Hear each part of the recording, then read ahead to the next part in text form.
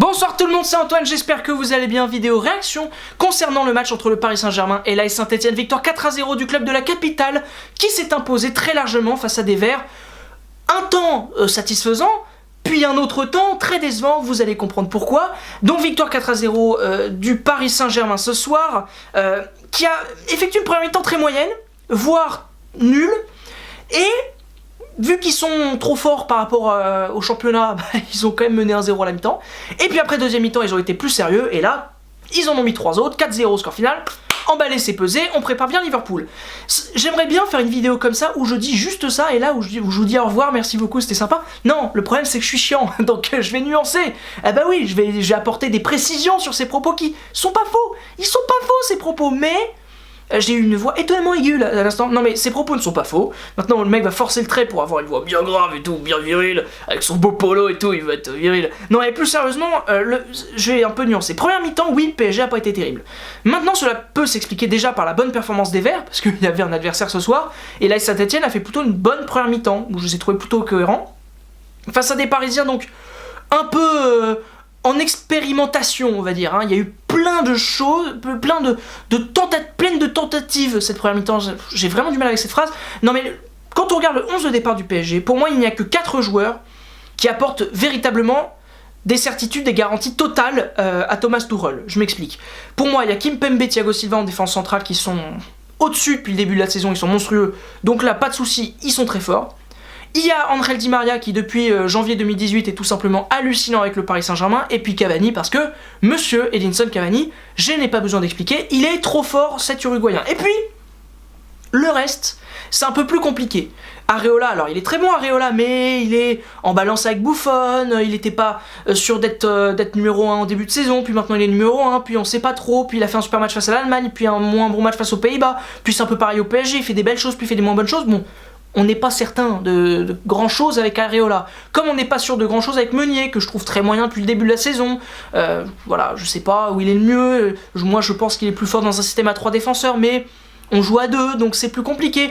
Juan Bernat pareil, Juan Bernat il vient d'arriver au PSG, ça fait longtemps qu'il n'a pas fait une saison complète, donc forcément tu peux avoir des doutes sur ce joueur-là, même s'il vient du Bayern, que Guardiola l'adorait. Voilà, tu peux forcément que avoir des doutes. Le milieu de terrain, Lassana Diarra en sentinelle. Moi personnellement si j'étais supporter parisien j'aurais honte d'aligner ce genre de joueur là parce que c'est quand même pas un très haut niveau. Lassana Diarra t'as été exceptionnel mais c'est compliqué maintenant, d'ailleurs ça s'est confirmé, t'as pas fait un grand match. Rabiot, alors super joueur hein, mais c'est la galère, son contrat, il veut signer, il veut pas signer, il veut aller là, il veut aller là, il veut pas faire ci. Galère quoi, galère insupportable. Donc est-ce qu'il est vraiment focalisé à fond sur le match face à Saint-Etienne? Rien n'est moins sûr. Verratti, alors c'est un super joueur aussi, mais il a pas joué depuis un mois. Physiquement, il est pas prêt. Thomas Tuchel a expliqué qu'il serait de retour en forme, donc à 100% en 2019.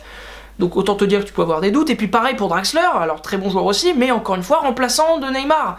Hein, oui, parce qu'effectivement, il n'y avait pas Neymar ni Mbappé ce soir, qui sont les 2 meilleurs joueurs du PSG avec Cavani. Donc ça rendait la tâche un peu plus difficile. Mais le PSG a donc été très réaliste en première mi-temps. Au contraire des Stéphanois, c'est un nouveau style de joueur ça. Non mais les Stéphanois ont manqué d'efficacité contrairement au PSG, une action de grande classe aussi du PSG, avec de la verticalité, de la vitesse, tout ce qui manquait au PSG ces derniers temps, bah là Thomas Tuchel est en train de l'apporter et tant mieux. Le premier but c'est que ça, c'est une passe puissante qui casse des lignes de Thiago Silva, une délicieuse passe de Verratti pour Draxler qui fait un truc avec sa tête, tiens je la tape, puis tiens je la retape, bon super but, ça permet donc au PSG de mener 1-0, puis bon deuxième mi-temps, le PSG était bien meilleur, le PSG était bien plus efficace, plus équilibré aussi, avec la rentrée notamment du jeune Diaby à la place de Diarra qui était vraiment pas bon en première mi-temps.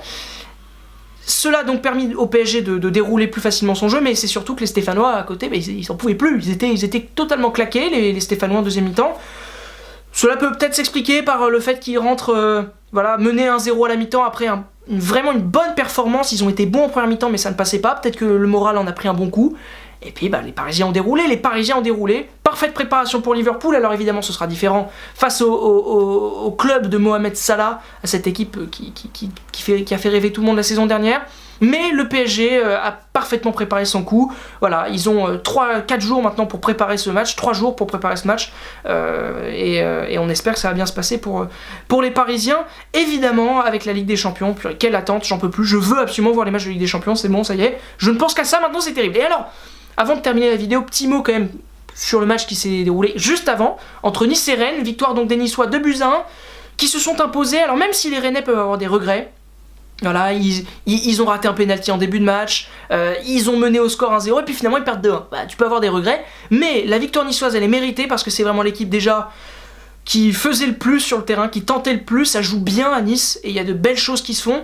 Donc en termes de jeu déjà c'est super, les Niçois jouaient bien plus, faisaient plus que les Rennais et puis en plus ils ont montré une envie et un cœur incroyable, un mental assez étonnant pour cette très jeune équipe qui est en train de former Patrick Vieira, moi qui était pas très optimiste, je vais pas vous le cacher pour les Niçois, bah, il s'avère que là ils sont à 7 points, la victoire face aux Lyonnais la dernière journée ça leur a fait énormément de bien, donc voilà les Niçois se sont imposés face à des Rennais qui voilà, auront une belle occasion de se reprendre en milieu de semaine en Ligue Europa.